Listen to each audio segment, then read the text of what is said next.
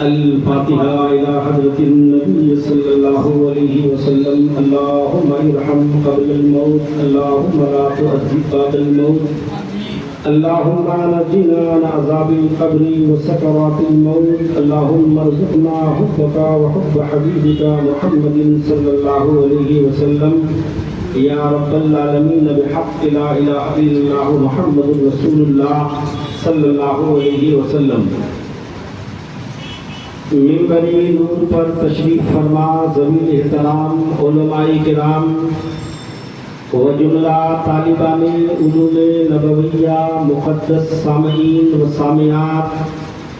my dear respected Islamic brothers, Assalamu alaikum wa rahmatullahi wa barakatuhu. Alhamdulillah nahmaduhu wa nusalli wa nusallimu ala habibihi kareem, amma ba'd, fa'udhu billahi minash shaitanir rajeem.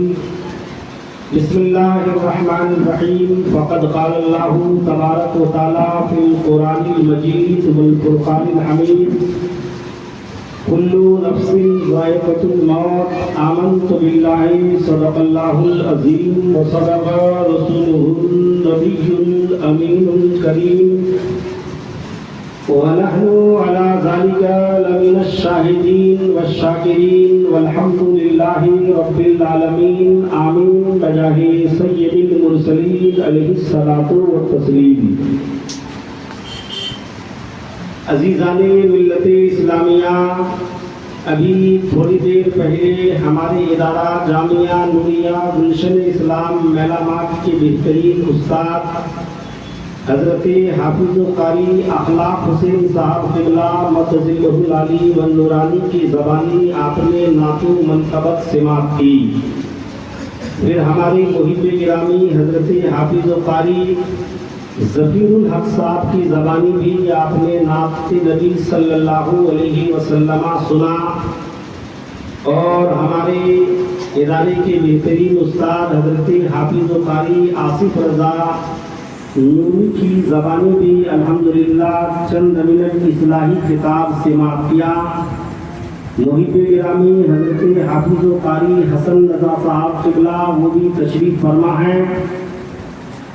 آج ہمارے عزت مآب عالی جناب وسیع احمد صاحب نے اپنے خالہ ماں کی روح کو ثواب پہنچانے کے لیے یہ شاندار پروگرام کا انتظام و انصرام کیا ہے، جس میں آپ اور ہم تشریف فرما ہیں. تھوڑی دیر سننے اور سنانے کا ماحول بنائیے. انشاءاللہ ایمان عقیدہ نکھر کر کے سامنے آئے گا. سلطنت مغلیہ کی آخری بادشاہ بہادر شاہ ظفر کو الحمدللہ کون نہیں جانتا. جب رنگون کے 8 بائی 8 روم میں ان کو مقید کیا گیا اور صبح کے ٹائم جب ان کے سامنے ناشتہ پیش کیا گیا تو ان کے خاندان کے 4 بچوں کا سر تھا. تو بہادر شاہ ظفر نے ان سروں کو دیکھ کر کے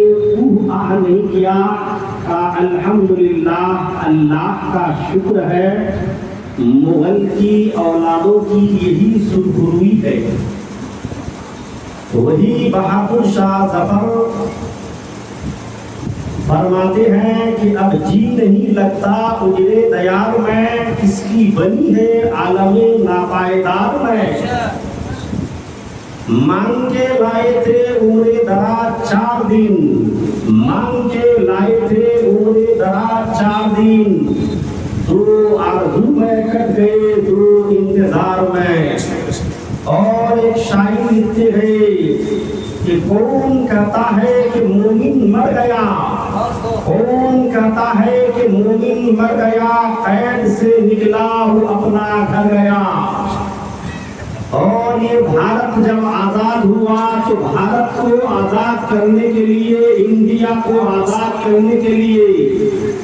کافی لوگوں نے اپنے جانوں کی بلیدانیں اور قربانیاں پیش کی ہے، جن میں علماء کرام کا بہترین رول رہا ہے۔ انہی علماء کرام میں سے، انہی علماء ربانیین میں سے ایک عالم ربانی، ایک عالم حقانی، ایک عالم قرآنی جن کا نامی اسم گرامی علامہ سید کفایت علی کافی رحمت اللہ تعالیٰ علیہ،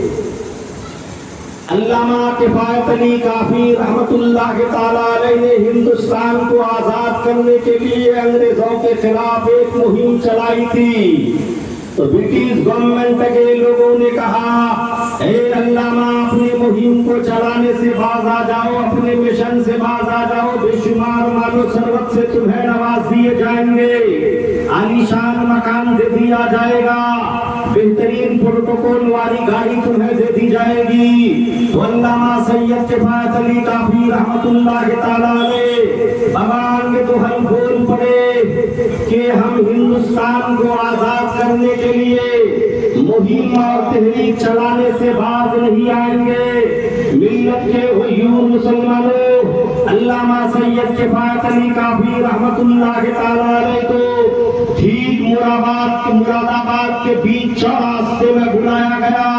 اور ان سے کہا گیا، علامہ آخری وقت ہے، اب بھی باز آ جاؤ۔ علامہ کفایت علی یہی کہتے رہے کہ ہم ہندوستان کو آزاد کرنے کے لیے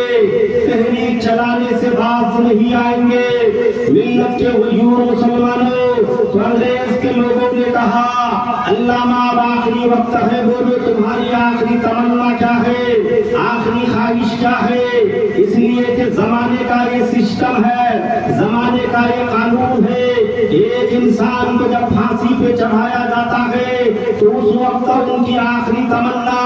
اور آخری خواہش، آخری آرزو، آخری حسرت پوچھی جاتی ہے۔ تو علامہ کا جب پھانسی کا ٹائم قریب آ گیا تو برٹش گورنمنٹ کے لوگوں نے کہا،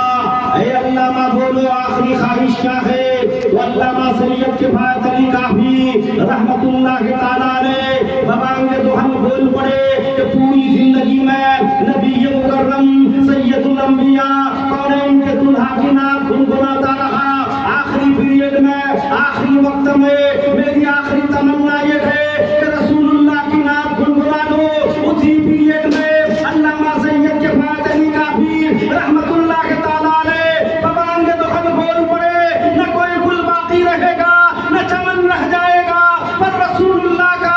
دین حسن رہ جائے گا۔ ملت کے غیور مسلمانوں، اس کے بعد علامہ لکھتے ہیں کہ مٹ جائیں گے نام شاہان زمانہ مگر کافی، مٹ جائیں گے نام شاہان زمانہ مگر کافی، نہ مٹے گا نام پنجتن پاک اور مصطفیٰ رہ جائے گا۔ ملت کے غیور مسلمانوں، اس انڈیا کو، اس بھارت کو آزاد کرنے کے لیے علماء کرام نے جو قربانیاں اور بلیدان دی ہے، صبح قیامت تک دنیا اس کو فراموش نہیں کر سکتی ہے۔ آئیے آیت کریمہ پہ گفتگو کرنے سے پہلے ہم سبھی لوگ مل کر کے اس نبی مختار کی بارگاہ علی وقار میں، جس نبی کی بارگاہ میں آج بھی صبح کے ٹائم ایک تو فرشتے نہیں، تقریباً 70,000 فرشتے درود و سلام پیش کرتے گئے، تو ان فرشتوں کو پوری زندگی میں دوبارہ موقع نہیں دیا جاتا ہے۔ اسی نبی مختار کی بارگاہ علی وقار میں ایوننگ شام کے ٹائم بھی 70,000 فرشتے درود و سلام پیش کرتے گئے، تو ان فرشتوں کو پوری زندگی میں سیکنڈ چانس نہیں دیا جاتا ہے۔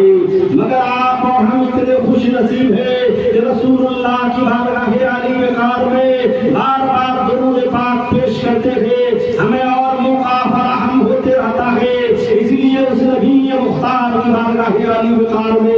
عقیدت و محبت کے ساتھ والہانہ انداز میں جھوم کر کے اپنے علاقائی لب و لہجے میں یوں درود پاک پیش کریں اور محبت سے پڑھیں، رب سلم علی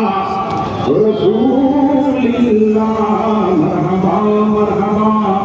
رسول اللہ اللہم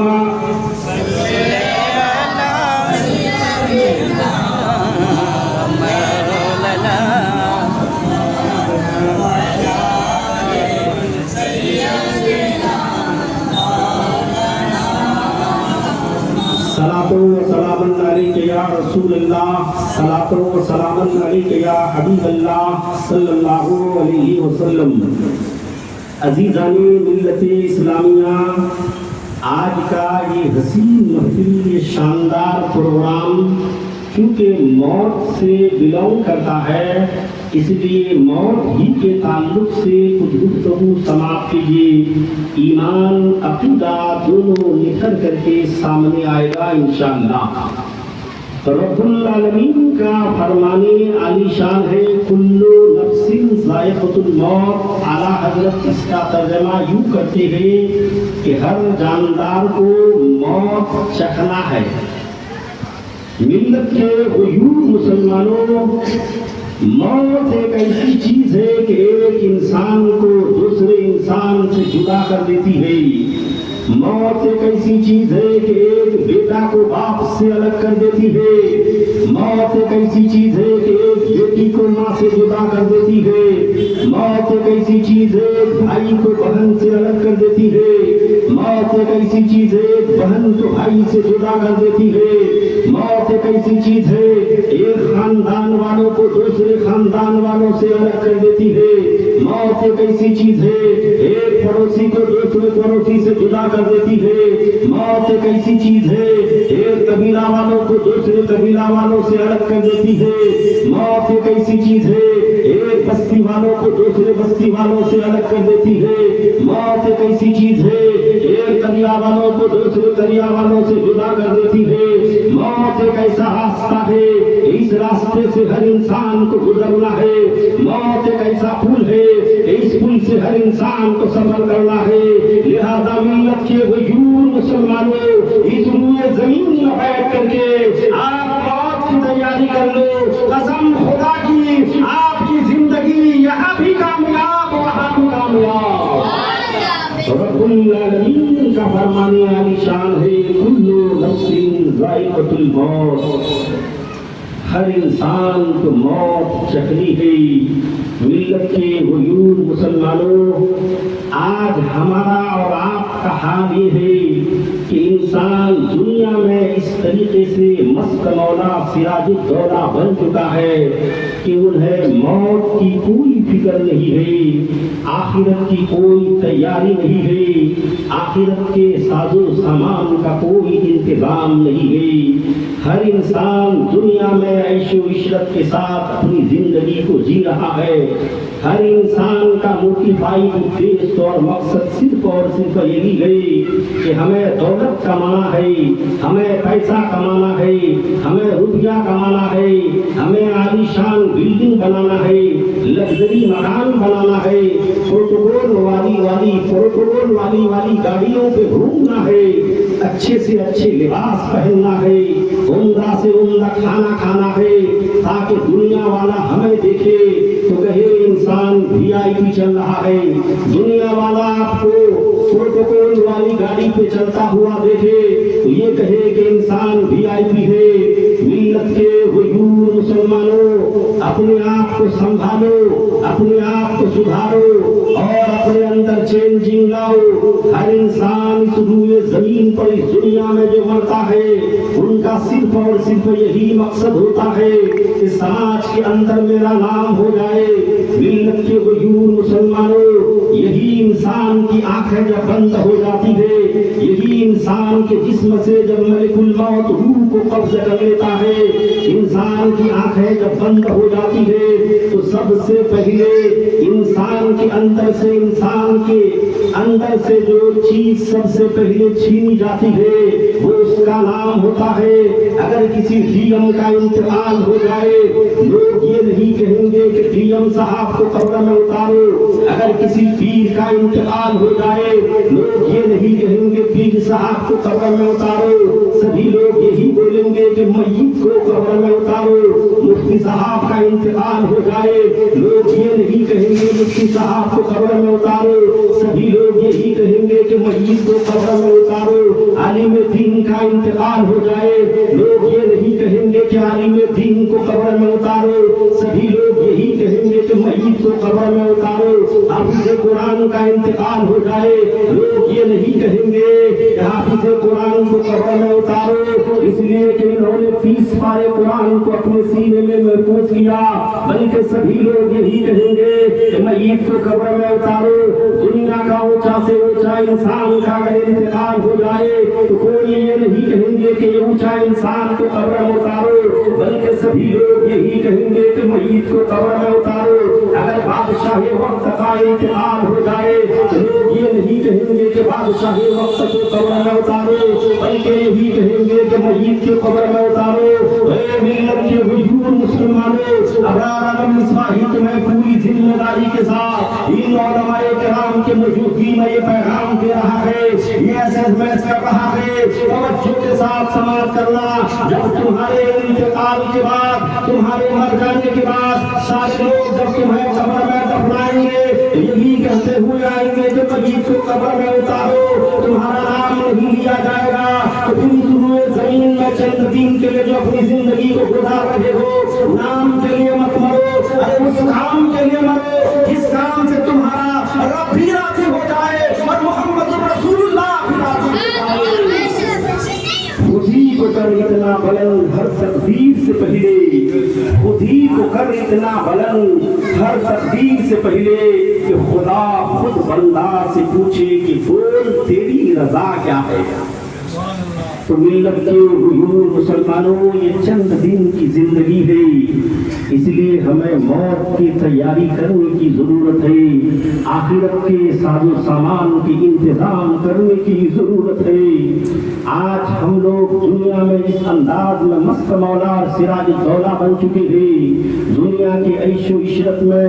دنیاوی چیپ ٹاپ میں اپنے آپ کو اس طرح مست کر دیے گئے کہ ہمیں اور آپ کو آخرت کی کوئی فکر نہیں۔ وہ انسان جو اسی روئے زمین میں رہ کر کے چند گھنٹہ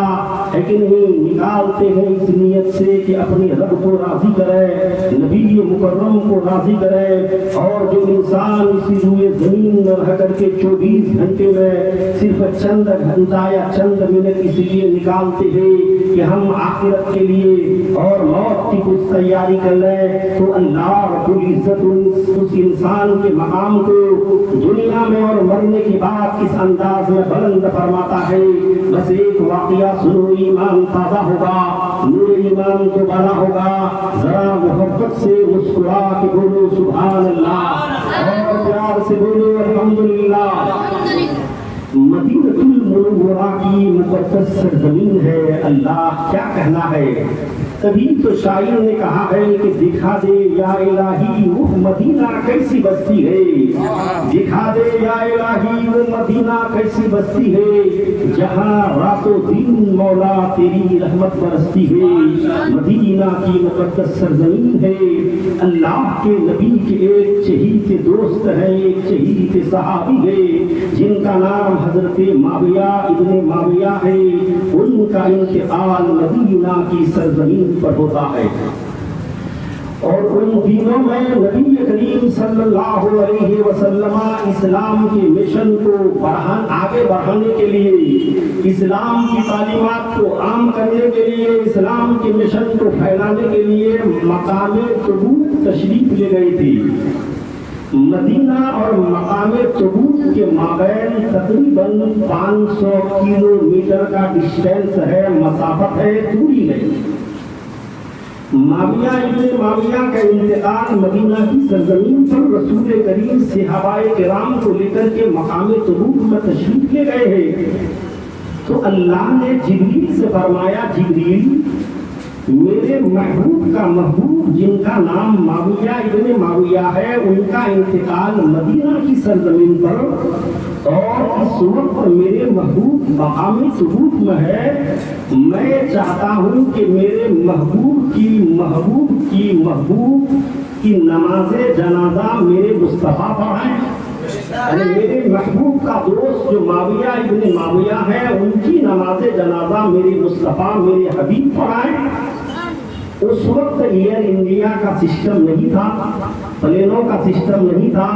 لگژری کاریں نہیں چل رہی تھی، لوگ کھچروں پر گھوڑوں میں اور اونٹوں پر سفر کیا کرتے تھے۔ تو مدینہ سے مقام تبوک اگر سفر کرتے اس دور میں تو تقریباً 1 مہینہ لگتا۔ تو اللہ نے جبریل سے فرمایا جبریل میں چاہتا ہوں کہ میرے محبوب کا دوست معاویہ ابن معاویہ کی نماز جنازہ میرا حبیب پڑھائے۔ سبحان اللہ۔ بخاری شریف کے الفاظ ہے، اس انداز میں ہے کہ فضرب جبریل علیہ السلام جناح الارض، حضرت جبریل علیہ السلام مدینہ کی زمین کو وِتھ جنازہ یعنی جنازے کے ساتھ سمیٹ کر کے چٹائی کی طرح مقام تبوک میں رسول اللہ کی بارگاہ عالی وقار میں حاضر کرتے ہیں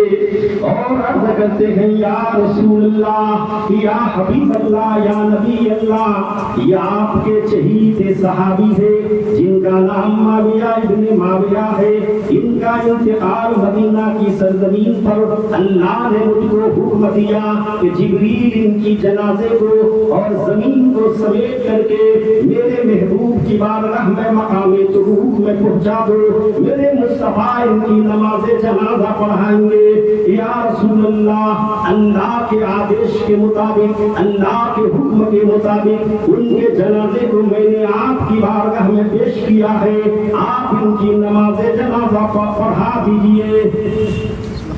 نبی مکرم سید الانبیاء کونین کے دلہ ہے، صحابہ کرام سے فرماتے ہیں اے میرے صحابیوں صف لگ جاؤ۔ صحابہ کرام کی صفیں لگتی ہے، ایشترا آسمان سے 2 صف فرشتوں کی بھی لگ جاتی ہے، آسمان سے کچھ فرشتے آ جاتے ہیں اور فرشتوں کی 2 صفیں لگتی ہے، ایک صف میں 70,000 فرشتے، تو 2 میں کتنے ہو گئے 1,40,000 فرشتے۔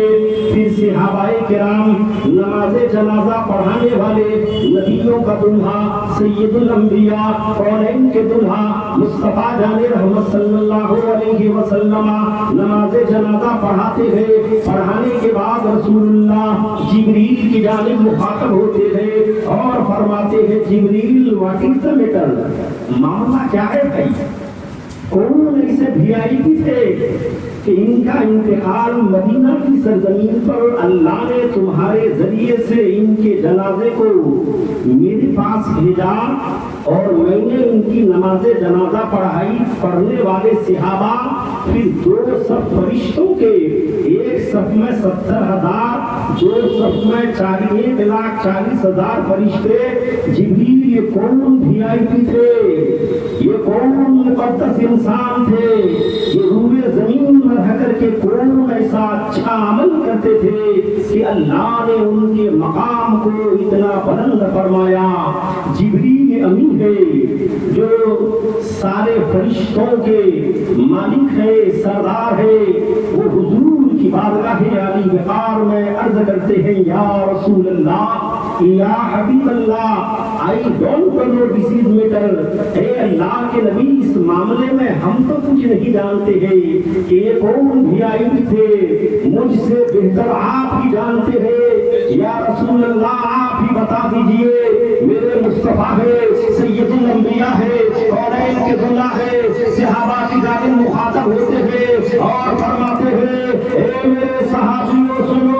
یہ میرے صحابی جن کا نام معاویہ ابن معاویہ تھا، یہ روئے زمین میں رہ کر کے موت کی تیاری کرتا تھا اور وہ بھی موت کی تیاری کیا، ایسا نہیں کہ 24 گھنٹہ مسجد میں بیٹھ کر کے اللہ اللہ کرتا تھا، ایسا بھی نہیں کہ 24 گھنٹہ مسجد میں بیٹھ کر کے نفل نماز پڑھتا تھا، ایسا بھی نہیں کہ 24 گھنٹہ گھر میں بیٹھ کر کے قرآن کی تلاوت کرتا تھا۔ صحابہ نے عرض کیا یا رسول اللہ پھر یہ کرتے کیا تھے؟ رسول اللہ ارشاد فرماتے ہیں اے میرے صحابیوں سنو، یہ روزانہ اپنی زندگی میں یہ معمول بنا لیے تھے، روزانہ یعنی 24 گھنٹے میں 3 مرتبہ سورہ اخلاص یعنی قل هو اللہ احد کنٹینیو تلاوت کرتے تھے. اللہ رب العزت کو ان کی یہ ادا اتنا پسند آیا، اتنا پسند آیا، اتنا اچھا لگا، اتنا اچھا لگا کہ ان کا انتقال مدینہ کی سرزمین پر مصطفیٰ مقام تبوک میں ان کی نماز جنازہ پڑھاتے ہوئے نظر آ رہے ہیں. ملت کے حضور مسلمانوں اور اسٹیشن روڈ کے باشندگانوں، اس روئے زمین میں رہ کر کے آپ اگر چاہ لیں کہ 24 گھنٹے میں کم سے کم 48 منٹ نکال کر کے ہم اپنے رب کو دے دیں گے تو یقیناً تمہارا رب خود سے راضی ہو جائے گا. ایک انسان اگر پوری دنیا والوں کو راضی کر لیا اور اللہ کو ناراض کیا تو پوری دنیا کو راضی کر کے کچھ بھی وہ نہیں کیا. اور اسی مقام پہ ایک انسان اپنے رب کو اگر راضی کر لیا اور پوری دنیا والے ان سے اگر ناراض بھی ہو جائیں تو ان کا کوئی بال بیکار نہیں ہوگا. اس لیے میرے ملت کے وہ مسلمانوں اپنے رب کو راضی کرنے کی کوشش کرو. نبی کریم کی پیاری پیاری زندگی کو سامنے رکھ کر کے اپنے زندگی کو گزارنے کی کوشش کرو. میرے مصطفیٰ سید الانبیاء کونین کے دلہا ایک مرتبہ حضرت عائشہ صدیقہ رضی اللہ تعالی عنہا کے روم میں تشریف فرما تھے. رسول اللہ کی باری اس دن اماں عائشہ کے یہاں تھی. ٹھیک آدھی رات جب گزر گئی میرے مصطفیٰ بیدار ہوئے اور فرمانے لگے اے عائشہ، اے صدیق اکبر کی بیٹی، آج کی رات کا حق تو یقیناً تمہارا ہے، مگر تم اگر کہو تو ہم اپنے رب کو راضی نہ کر لیں. حضرت عائشہ صدیقہ حضور کی بارگاہ علی وقار میں عرض کرتی ہے کہ یا رسول اللہ، یا حبیب اللہ، میرے ماں باپ آپ پر فدا اور قربان ہے، آپ جو چاہے کر سکتے ہیں. ملت کے وجود مسلمانوں، حضرت عائشہ صدیقہ فرماتی ہے کہ رات کے سناٹے میں مصطفیٰ جان رحمت سید الانبیاء کونین کے دلہا اپنے روم سے جنت البقیع کی جانب جاتے ہیں اور جانے کے بعد اپنے پیشانی کو رب کی بارگاہ میں ٹکا کر کے اپنے رب سے راز و نیاز کی باتیں کرنا شروع کر دیتے ہیں، اپنے رب کو منانے کی کوشش کرتے ہیں. حضرت عائشہ فرماتی ہے کہ رسول اللہ کی لنگی شریف گھر میں تھی، اسی لنگی کو میں نے اپنے اوپر ڈال کر کے میں بھی چلتی دیکھنے کے لیے یہ سوچ کر کے دیکھیں رسول اللہ کر کیا رہے ہیں. ملت کے غیور مسلمانوں، اما عائشہ فرماتی ہے جب میں اپنے گھر سے نکلی تو آسمان سے ہلکی ہلکی بارش ہو رہی تھی. میں نے بھی جنت البقیع کی طرف رخ کیا تو کیا دیکھتی ہوں کہ نبی مختار ہے، سید الانبیاء ہے، کونین کے دلہا ہے، جنت البقیع کے قریب اپنے رب کو مکمل طور پر یاد فرما رہے ہیں، اپنے سر کو سجدے میں رکھ کر کے اللہ سے راز و نیاز کی بات کر رہے ہیں. جب میرے جانے کی آہٹ رسول اللہ کے کانے مبارک تک پہنچی، میرے مصطفیٰ سید الانبیاء کونین کے دلہا کہ کان میں جب میری آہٹ پہنچی تو مصطفیٰ جان رحمت نے ارشاد فرمایا کون؟ تو میں نے کہا یا رسول اللہ میں عائشہ ہوں. مصطفیٰ جان رحمت فرمانے لگے عائشہ کون ہے میں نہیں جانتا ہوں. نبی مکرم کی بارگاہ علی وقار میں عائشہ عرض کرتی ہے یا رسول اللہ میں آپ کی بیوی ہوں. میرے مصطفیٰ فرماتے ہیں بیوی کیا چیز ہے مجھے نہیں معلوم ہے. حضرت عائشہ عرض کرتی ہے کہ میں نے حضور کی بارگاہ میں عرض کیا یا رسول اللہ میں صدیق اکبر کی بیٹی ہوں. میرے مصطفیٰ کی جانب سے آواز آتی ہے اے عائشہ میں نہیں جانتا ہوں صدیق اکبر کون ہے. حضرت عائشہ گھبراتی ہوئی روم کے اندر آتی ہے اور ایک کونے میں چپکے سے بیٹھ جاتی ہے اور پریشان نظر آتی ہے. چند ہی منٹ کے بعد میرے مصطفیٰ روم میں داخل ہوتے ہیں، روم میں تشریف لاتے ہیں ملت کے غیور مسلمانوں نبی مکرم کی نگاہ نبوت حضرت عائشہ پہ پڑتی ہے میرے مصطفیٰ فرماتے ہیں عائشہ پریشان کیوں ہو عائشہ بے چین و بے قرار کیوں ہو عائشہ تمہاری پیشانی پہ پریشانی کی سلوٹیں کیوں چمک رہی ہے اما عائشہ حضور کی بارگاہ میں عرض کرتی ہے یا رسول اللہ یا حبیب اللہ ابھی جو تھوڑی دیر پہلے آپ نے میرے ساتھ سلوک فرمایا اس سے میں ذرا متعجب ہوں پریشان ہوں کہ آخر حضور کو کیا ہو گیا ہے ملت کے غیور مسلمانوں میرے مصطفیٰ اس وقت اما عائشہ سے کیا فرماتے ہیں جواب کو سنو اس جملے کو اس سینٹینس کو اگر بلیک ڈائمنڈ کے اندر کے واٹر سے بھی لکھو گے تو کم ہے نبی مختار ہے قرآن کے دلہا ہے سید الانبیاء ہے مصطفیٰ جان رحمت ہے حضرت عائشہ سے فرماتے ہیں اے عائشہ سنو صاحب بخاری نے اس انداز میں لکھا ہے لی مع اللہ وقت اے عائشہ سنو میرے رب کے ساتھ میرا ایک مخصوص ٹائم ہوتا ہے مخصوص وقت ہوتا ہے اس وقت میں صرف میرا رب ہوتا ہے اور میں ہوتا ہوں اس کے علاوہ کوئی تیسرا نہیں ہوتا ہے اے ملت کے غیور مسلمانوں وہ نبی مختار وہ سید الانبیاء وہ قرآن کے دلہا اپنے رب کو راضی کرنے کے لیے اپنا وقت مخصوص کر لیتے ہیں اسی نبی کی ہم امتی ہے اسی نبی کے ہم اور آپ نقشے قدم پہ چلنے والے ہیں اسی نبی کے ہم اور آپ دیوانے ہیں اس لیے ہمیں اور آپ کو چاہیے کہ اپنے رب کو راضی کرنے کے لیے 24 گھنٹے میں سے کوئی ایسا وقت متعین کر لے کوئی ایسا وقت مقرر کر لے کہ اپنے رب کو راضی کر لے صحیح معنی میں تم نے اگر اپنے رب کو راضی کر لیا تو تمہاری زندگی یہاں بھی کامیاب وہاں بھی کامیاب ادھر آؤ پیارے ہنر آزمائے تو دین آزماؤ ہم جگر آزمائے کچھ رشتے محبت اس طرح نبھاؤ کچھ قدم تم بڑھاؤ کچھ قدم ہم بڑھائیں تو ملت کے غیور مسلمانوں باتیں تو بہت ساری ہیں الحمدللہ روز آپ حضرات تقریریں سنتے رہتے ہیں سننا کمال نہیں ہے بلکہ سننے کے بعد اس پر عمل کرنے کی ضرورت ہے تو ہمیشہ آپ حضرات یہ مزاج بنائیے کہ ہم جہاں بھی اور جس دن بھی جس مقام میں بھی دینی پروگرامات میں تشریف لے کے جائیں تو وہاں سے جو بھی سنیں کم سے کم ان میں سے ہے کہ نہیں آپ نے اگر 10% پر بھی عمل کر لیا تو زندگی یہاں بھی پاکیزہ زندگی بنے گی وہاں بھی پاکیزہ زندگی بنے گی عمل کرنے کی ضرورت ہے اپنے اخلاق کو اونچا کرنے کی ضرورت ہے اپنے کیریکٹروں کے کردار کو بلند کرنے کی ضرورت ہے اسی لیے نبی کے اخلاق کو پڑھنے کی ضرورت ہے نبی کی زندگی کو مطالعہ کرنے کی ضرورت ہے نبی کی زندگی کو اسٹڈی کرنے کی ضرورت ہے الحمدللہ ربیع الاول شریف کا مہینہ نہایت ہی تیز رفتاری کے ساتھ آپ کی اور ہماری نگاہوں کے سامنے سے گزر رہا ہے